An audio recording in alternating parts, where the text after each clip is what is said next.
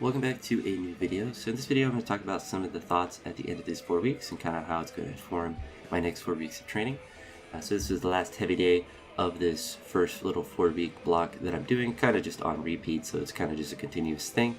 But it went well for what I was kind of expecting. I wasn't necessarily expecting to be able to snatch 130 or to clean jerk 155, but I had decent attempts up to that. I did have a weird miss with 90 kilos with snatch, but that was just... sometimes that happens. Sometimes weird stuff happens when you're lifting. But I was able to get up to 125, 145. I was able to front squat 180 and to do a deadlift of 280, which isn't really that important, but it's just kind of fun to do. The front squat I'm very encouraged by because I was able to do the 180 after all of this heavy lifting prior to it. So it tells me that my legs are kind of coming back to me and my front squat is coming back up, which is always nice because I believe when I was hitting my best front squats I would just do it first in the session, but anytime I hit above 180 that's always good. It's a very heavy front squat, even though it was ugly on this day, it was really good. But the big information that I was able to get from this session is one, that I feel really good as far as like motivation wise for the next 4 weeks, because I know things that I can do to improve and different areas that I want to attack more. The first area is the pause snatches, so just doing pauses below the knee and really trying to catch the bar aggressively in the snatch, so it's not crashing at me as much. And I know it'll be something that will kind of always happen, but yeah, you see there 130 slapped me in the face. But trying to get better at that and just trying to get stronger in that regard and just doing more holds in the snatch. So if I catch like a power, to kind of stop in that quarter squatted position, because I think that's something that'll be good for that stability. And then for clean and jerks, just more work in the jerk.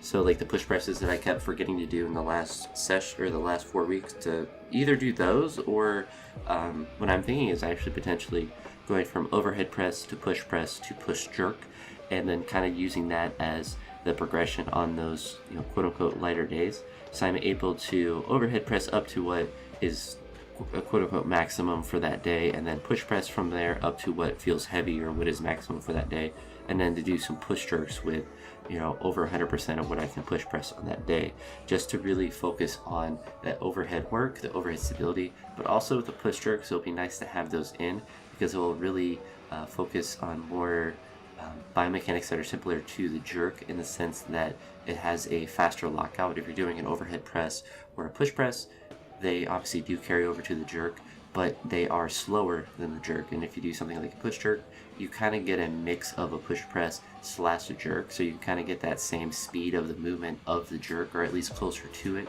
And then you still have to focus on using your legs a ton in order to get the bar high enough to be able to lock it out.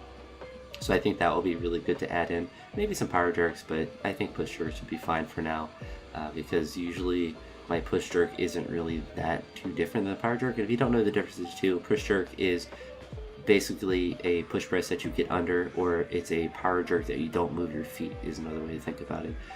So it's a stylistic choice that some people actually use for their jerk, but it's also a good training tool. And you see there the 155 just slapped me, and I was just kind of tired at that point.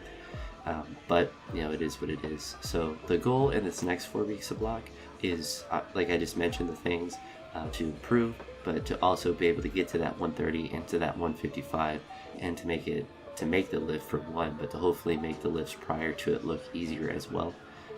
Based on where I started too, I'm very happy that I was generally consistent with the lifts. On the days I wanted to go heavy, I was able to go heavy. On the days that I didn't as much.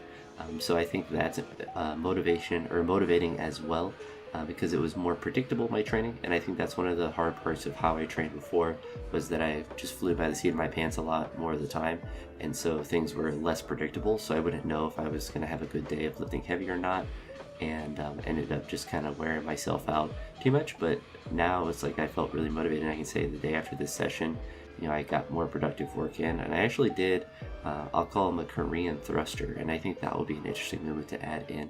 But if you ever watch like Lee Sang or any of the Korean team, they do like a back squat to push press, so that will be an interesting movement to potentially add in on some of the days where I do back squats, but just as, just different movements like that, anything to get a bar overhead and to hold it. But that's really it for this one. That's the end of the first 4 weeks, and now in the next 4 weeks to continue to attack and hopefully just keep being productive in that regard of training, and then hopefully get to 125 and 150, I guess 3 or whatever. In a perfect world, 155 as like easy openers, or at least like doable openers, before I really start looking to do a competition, which I think in a perfect world it would be sometime in the middle or at the end of the summer, maybe July, but nothing's set in stone, and if nothing happens, then I'm not going to be upset about it, because at the end of the day, I just want to hit bigger numbers. I don't care the context from which I do it.